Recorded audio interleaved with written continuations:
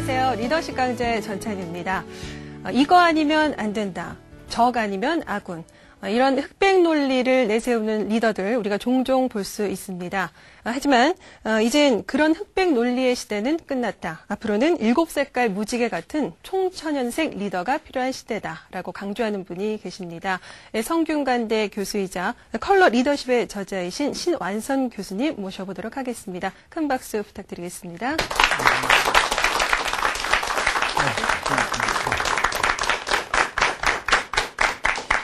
네, 이 컬러 리더십 말 그대로 색깔 있는 리더가 필요하다. 리더십에는 또 색깔이 있어야 된다. 이런 뜻일 텐데요. 이 교수님께서 강조하시는 이 색깔, 컬러 좀 더 구체적으로 설명을 해주신다면 어떤 뜻일까요? 글쎄, 자신의 강점을 7가지 한번 컬러로 만들어봤는데요.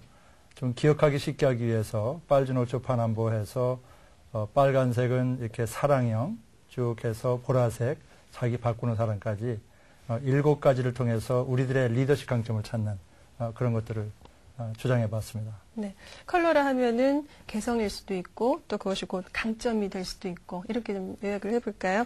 자, 이 컬러 리더십이라는 책에서도 미래는 색깔 있는 리더가 주도한다 이런 말을 강조하셨는데 왜 그럴 수밖에 없는지 또 그런 색깔 있는 리더가 되려면 어떻게 해야 되는지 그 방법을 오늘부터 2주에 걸쳐서 우리 교수님의 말씀 통해서 알아보도록 하겠습니다. 좋은 강의 부탁드릴게요.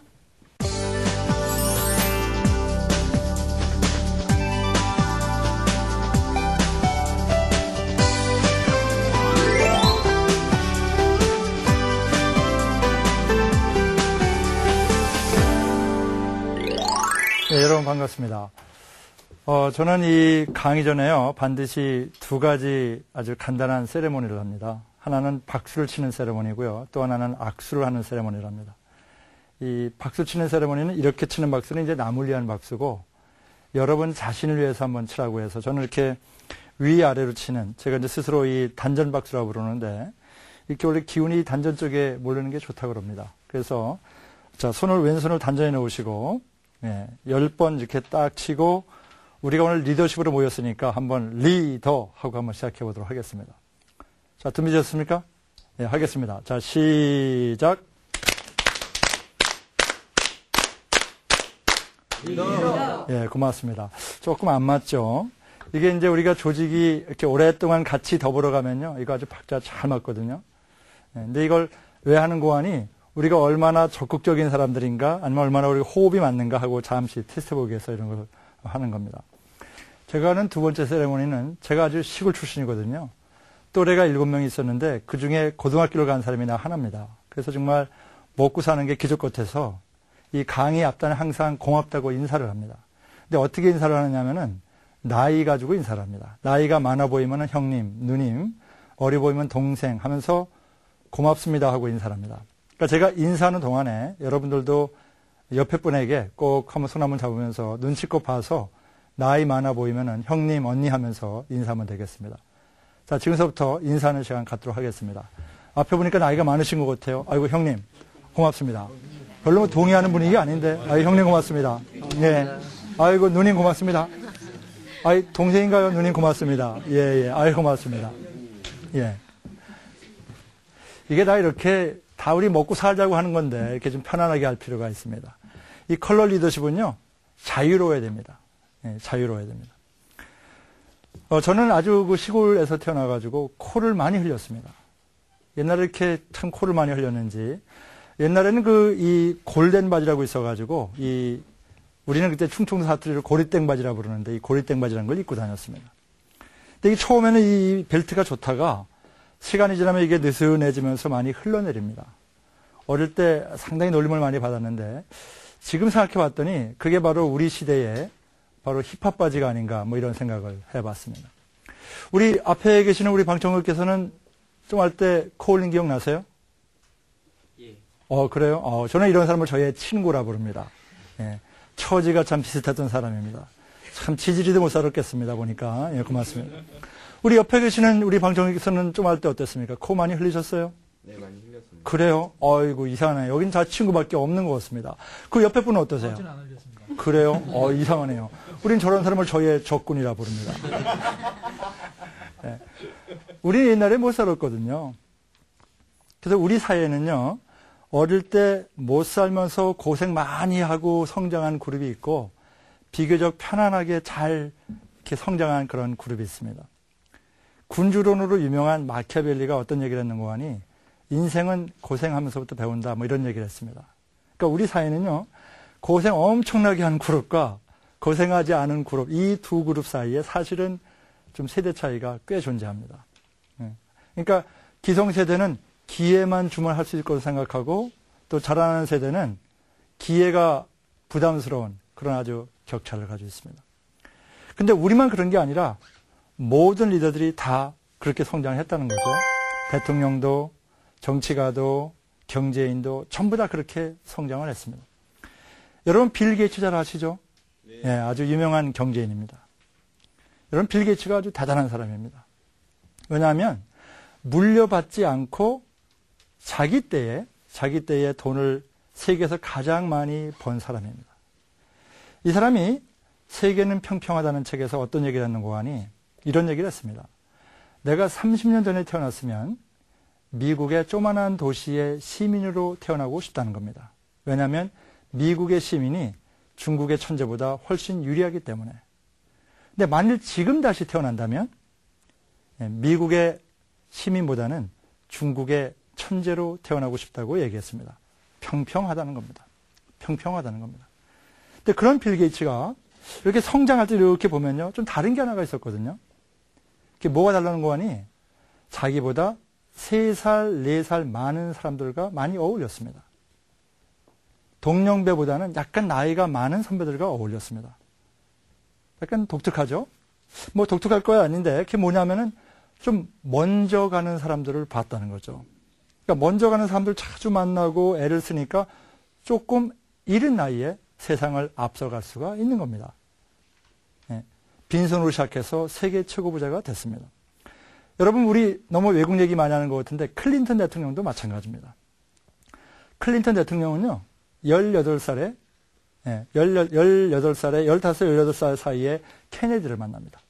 그리고 대통령이 돼야 되겠다 하는 이런 꿈을 갖게 된다 그럽니다. 근데 클린턴이 28에 박사받고 그다음에 32에 주지사가 되고 50세에 미국 대통령이 됩니다. 굉장히 일찍 가는 거죠. 굉장히 일찍 갑니다. 근데 도대체 뭐가 이렇게 일찍 가게 만들었을까요? 달랐더라니까요. 달랐습니다. 뭐가 달랐는 거 하니 대학교 때 달랐습니다. 우리 보통 대학교 때 어떤 아르바이트 하죠? 주로 보면은 몸 제일 편하고 그 다음에 돈 제일 많이 주는 아르바이트 많이 합니다.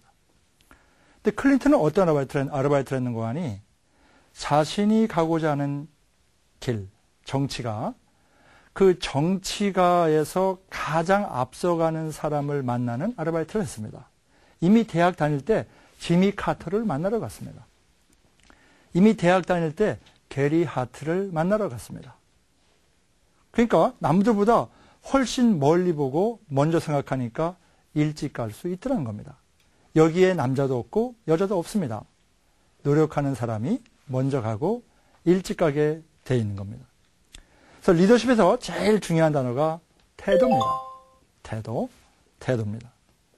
일본에 가지오 이나모리 회장이라는 분이 계시는데 그분이 성공 방정식을 만들었습니다.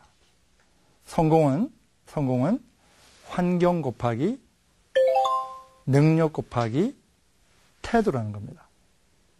근데 그분이 어떻게 얘기를 했는가 하니 환경 바꿀 수 없고 그 다음에 능력 바꿀 수 없다는 겁니다.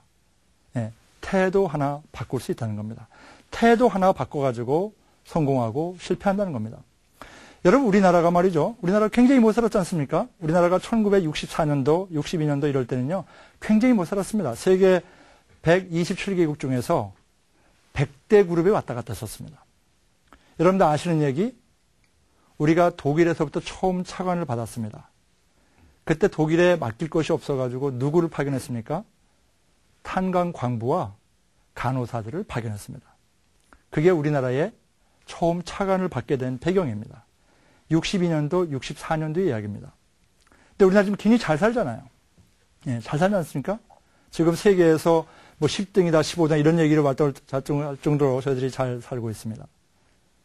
만들어진다는 얘기죠. 우리나라가 1960년대 초반서부터 1980년대 중반까지 20년 사이에 나라가 만들어졌습니다. 사람은 몇 년에 만들어질까요? 기업은 뭐 한 5년, 10년이면 만들어지는 것 같습니다. 예, 사람은 3년, 2년, 뭐 많이 잡으면 5년이면 다 만들어집니다.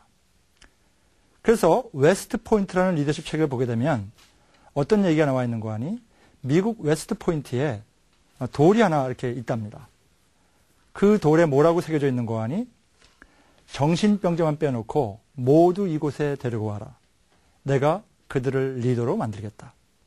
이렇게 써 있답니다. 그러니까 리더가 만들어진다는 거죠. 저는 미국에서 교수를 한 6년 정도 했습니다. 근데 제가 미국에서 교사하는 동안에 만나지 못한 학생이 있습니다. 어떤 학생들 못 만나봤는 거 아니? 이유 없이 성적을 올려달라고 하는 학생을 만나본 적이 없습니다. 근데 제가 한국에 와서, 제가 92년도에 한국에 왔는데요. 지금껏 그런 학생을 만나보지 않은 적이 한 번도 없습니다. 항상 성적 좀 올려달라고 하여간 조르는 학생들이 항상 있습니다. 한 번은 어떤 학생이 저한테 이렇게 편지를 보내왔습니다. 뭐라고 보내왔는 거 아니? 교수님 제 성적이 2.87입니다. 교수님께서 한 등급만 올려주시면 3.0으로 아구가 맞습니다. 아구 좀 채워주십시오 하는 이런 학생도 제가 만난 적이 있습니다. 좀 다른 것 같습니다. 뭔가 스스로 하려고 하는 그런 그룹과 뭔가 이렇게 꼭 환경에 의지하는 그룹이 자꾸 있는 것 같습니다. 이런 게 있는 것 같습니다. 태도가 우리의 경쟁력이 아닌 시절이 자꾸 올 수가 있다는 겁니다. 정말 그런 것 같습니다. 우리나라가 성공을 태도로 만든 나라입니다. 성공은 환경 곱하기 능력 곱하기 태도입니다. 우리나라가 태도로 성공했거든요. 근데 이 태도 지키기가 쉽지가 않습니다. 그래서 제가 주장하는 게 뭐냐면은 이제는 태도도 태도지만 이제는 개성을 찾아야 되겠다고 생각을 하는 겁니다. 여러분, 저거 우리나라의 리더십은 조금 흑백 리더십이 많은 것 같습니다. 제가 미국에서 한국에 왔을 때 나이가 많지가 않았습니다. 그때 이렇게 회사에 가게 되면 보통 어떤 애로사항이 있는 거 아니? 저한테 꼭 나이를 물어봅니다. 그럼 제가 이제 나이를 얘기합니다. 제가 지금 몇이거든요. 딱 그럼 뭐라고 얘기하는 거 아니? 우리 둘째 딸과 비슷하네. 하고 일단 나이로 길을 확 죽입니다. 그럼 제가 또, 뭐 전공하셨죠? 제가, 저는 공대 교수거든요. 그러면은, 그러면 뭐 수학 잘하시겠네. 하면서 또 수학이라는 것으로 하여간 이게 또 저희 길을 확 죽입니다. 그러니까 제가 정말 누군지 확인하지도 않고, 저가 그냥 갖고 있는 어떤 외적인 것 때문에 저를, 리더가 안 되겠다. 뭐 이런 사람이 있구나 하고 많은 이렇게 재단을 하기 시작하는 겁니다. 저는 그런 문화, 이 밖에 있는 문화를 가지고 당신은 리더고, 당신은 리더가 아니고, 당신은 높은 사람이고, 당신은 낮은 사람이고, 이런 문화에서 저는 우리가 뭔가 한 단계 발전해야 된다고 생각을 합니다. 여러분, 리더십에서 가장 중요한 것이 첫 번째가 셀프 리더십입니다. 셀프 리더십. 여러분 먼저 리더가 돼야 되는 겁니다. 여러분 먼저 리더가 돼야 되는 겁니다. 그게 리더십에서 가장 첫 단추입니다. 리더십에서 제일 중요한 단어가 신뢰거든요.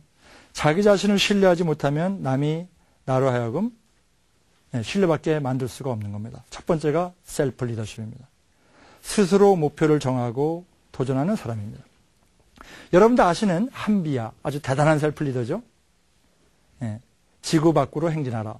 한비야가 몇 살 때 지구 밖으로 행진하기 시작했죠? 한비야가 40세에 오지 여행을 떠나기 시작했습니다. 그 전에는 여행사에 근무했습니다. 나이가 중요한 게 아닙니다. 내가 언제 나의 목표를 찾고 도전하느냐가 굉장히 중요합니다. 여러분, 박준 사장 아시죠? 박준 이 머리하는 그 사장님이요. 그분은 학벌이 정말 형편없습니다. 초등학교인가 중학교인가 하여간 그 정도밖에 못 나왔습니다. 근데 이분이 어느 날 이렇게 서울에 와가지고 뭐 별거 다 해보다가 어느 날 옛날 다방이라 불렀는데 다방에 간다는 거죠. 이 다방에 가가지고 지하에서 이렇게 이제 손님들 만나고 2층인가 와서 이렇게 세면하고 볼일을 보는데 앞에 여자 미용실하고 딱 써 있더라는 겁니다. 그래서 그분이 그걸 딱 보는 순간에 나는 왜 미용사가 되면 안 될까 하고 바로 그 미용실을 찾아갔다는 겁니다. 그리고 대한민국 남자 미용사 1호가 됐습니다. 그분 지금 대학교에서 강의합니다. 여러분 KFC, 켄터키 프라이 치킨 거기 가면 할아버지 이렇게 있지 않습니까? 그분 이름이 홀리 샌더스입니다. 그분이 그 켄터키 프라이 치킨 차린 나이가 몇 살인지 아세요? 그분이 그거 한 나이가 66세입니다. 예. 그러니까 이게 하나 확실한 게 있지 않습니까? 그게 뭐냐면 일찍 시작했느냐, 늦게 시작했느냐 중요한 것이 아니라 내가 생각하고 있는 목표를 찾을 수 있느냐, 내가 생각하고 있는 목표에 도전할 수 있느냐, 이것이 굉장히 중요한 겁니다. 그것이 바로 셀프 리더십입니다. 스스로 목표를 정하고 도전하는 사람입니다.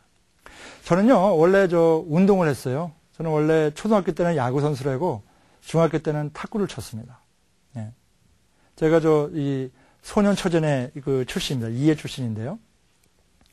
저는 운동을 왜 했는가 하니 배고파서 운동을 했습니다. 예. 왜냐하면 그 당시에는 이렇게 빵 같은 거를 줬는데 운동을 하면 그 빵을 공짜로 먹을 수 있었습니다. 그러니까 제가 중학교 때 갔습니다.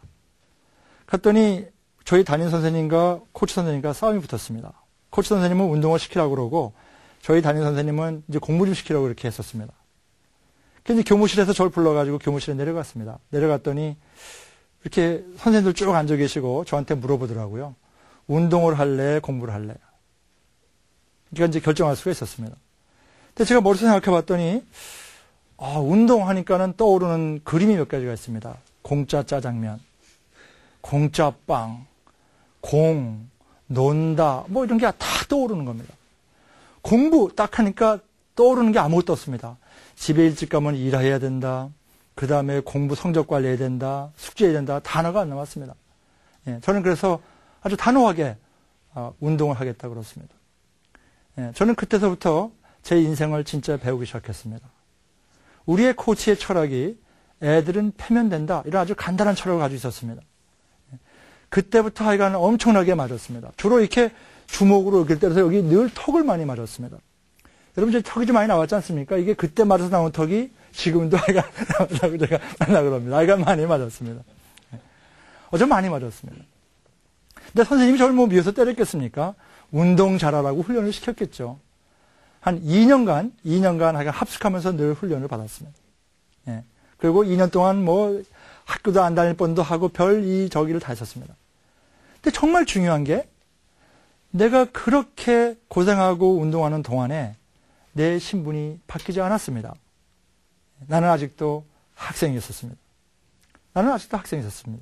전교에서 꼴찌를 하든 공부를 하나도 안 하든 전교에서 1등을 하든 내 신분은 학생이 있었습니다. 근데 그 학생 시절에 나는 하나를 배웠습니다. 뭘 배웠는가 하니? 운동을 하면서 더불어 하는 것이 무엇인지를 배웠습니다. 그 다음에 나를 이기기 위해서는 얼마나 참고 인내해야 되는지를 배웠습니다. 내 신분은 똑같이 학생입니다. 두 가지입니다. 뭐냐면 두 가지입니다. 하나는 여러분이 늘 일상적으로 생활해가고 있는 방법이 있다는 거죠. 직장이 있습니다. 군인입니다.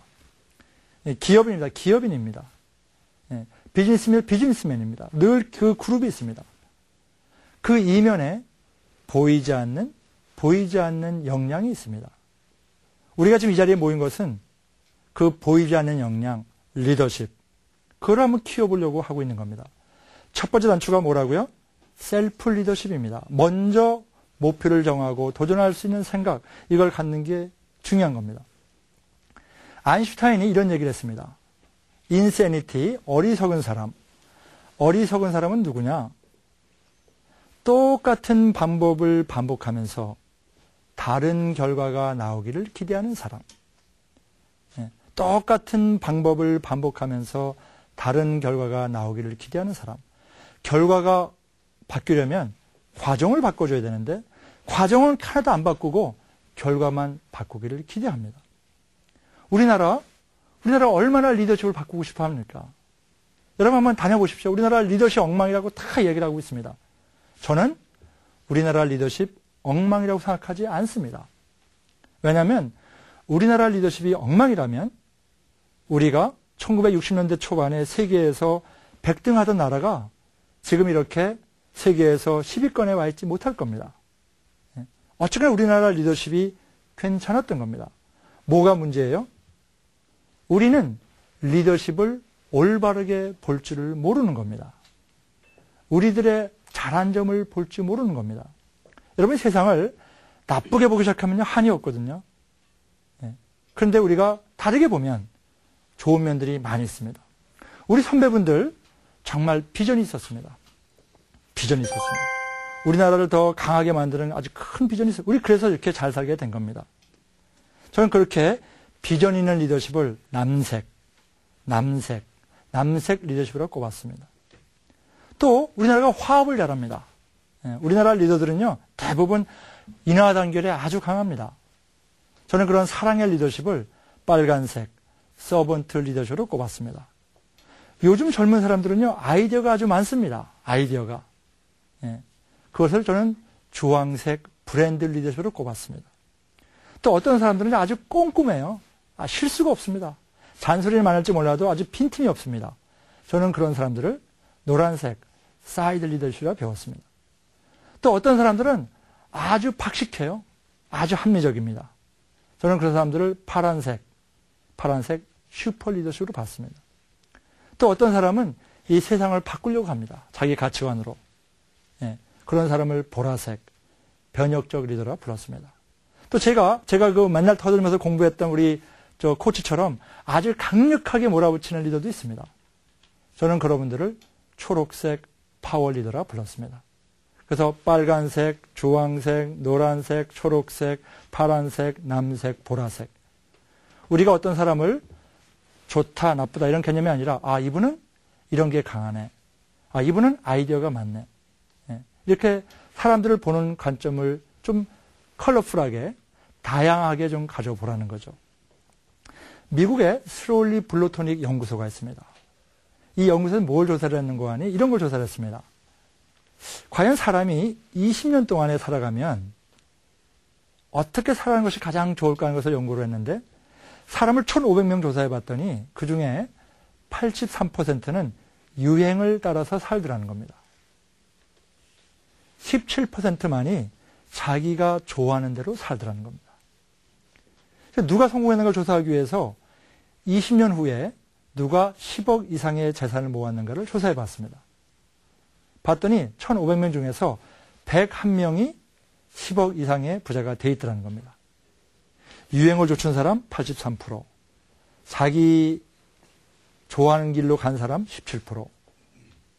근데 봤더니 101명 중에 100명이 조금 살아 17%, 자기가 좋아하는 길로 간 사람이 바로 10억 이상의 부자가 됐다는 겁니다. 유행을 따라서 간 사람이 한 명밖에 없더라는 겁니다. 이게 무슨 얘기인가 하니 1년, 2년 갈 때는 내가 싫어하는 것 가지고 갈 수가 있습니다. 근데 5년, 10년, 20년 살 때는 우리들의 강점을 가지고 살아가야 되는 겁니다. 리더십도 마찬가지입니다. 우리들의 강점. 남을 흉내내는 리더십이 아니라 나의 강점을 찾고 내 강점으로 조직을 이끌어주는 그런 리더십. 나의 강점과 우리 구성원들의 강점을 찾아주는 리더십. 그게 바로 컬러 리더십입니다. 다음 주에는 여러분들의 컬러 리더십이 무엇인지 또 그 컬러 리더십을 어떻게 활용할 수 있는지 제가 한번 말씀드려보도록 하겠습니다. 고맙습니다.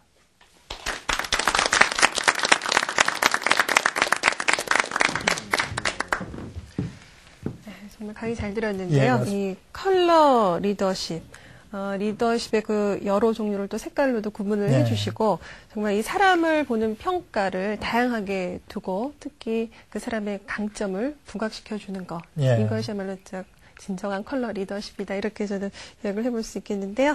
자, 강의 잘 들으셨죠? 궁금한 점 있으신 분께 질문 받아보겠습니다. 네, 강의 잘 들었습니다. 만약에 제가 어느 한 조직을 이끄는 리더인데 제 컬러가 조직과 맞지 않거나 조직에서 제 컬러를 바꾸기 원한다면 제가 어떻게 할까요? 글쎄 저는 이제 그 컬러가 안 맞고 그 컬러를 인정하지 못하는 문화가 리더십의 숙성도가 낮다고 봅니다. 그러니까 예를 들어서 그 리더십 문화가 아주 좋으면요. 그 다양성을 인정해주는 문화가 있는 거죠. 저는 그래서 지금 질문 중에 내가 컬러를 어떻게 바꿀까요? 하는 그런 질문보다는 제 컬러를 살리면서 하는 방법이 무엇이 있을까요? 하는 얘기죠. 그래서 제가 아까 드린 얘기가 조직의 목적이 있습니다. 여러분들의 개인의 역량이 있습니다. 조직이 돈을 버는 겁니까? 그럼 여러분들의 개인의 역량, 나의 강점, 그걸 살려서 조직이 돈 버는 데에 기여하면 된다는 거죠. 그래서 나를 어떻게 바꿀까 하는 생각보다는 내가 나의 장점을 우리 조직에 필요한 것을 향해서 어떻게 더 기여를 할 수 있게 만드느냐, 오히려 거기에 더 관심을 두는 것이 지금 그 문제, 당장 해결은 아니지만 길게 봤을 때에 우리들의 리더십 문제를 해결할 수 있는 방법이라고 생각합니다. 네.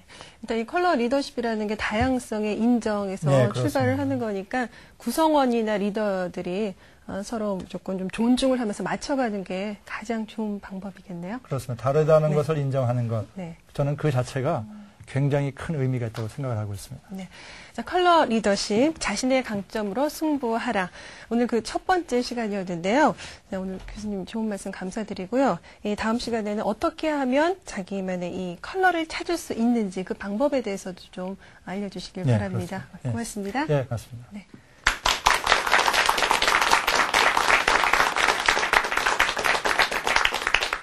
네, 우리는 흔히 리더를 평가할 때 장점보다는 단점을 많이 찾게 되죠. 때로는 전지전능한 리더를 기대하기도 하고요.